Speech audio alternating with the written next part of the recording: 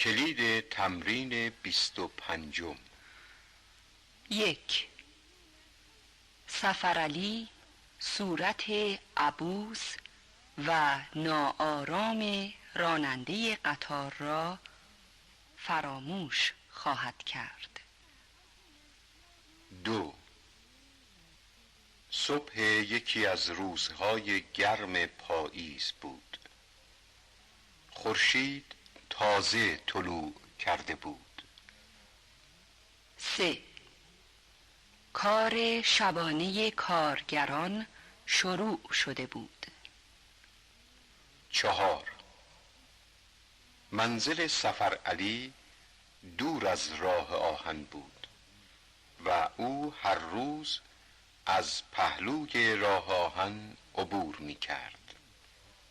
5. آرام لباسهای خود را درآورد و به ته چوب دستی خود بست. 6. او این کارها را هیچگاه به خاطر ناخشنودی خدا انجام نمی دهد. 7. در آن گرمای ملایم قطار قبل از تکانهای ملایم از حرکت باز نایستاد. 8. مسافران از فداکاری راننده فداکار خوشحال شدند. 9.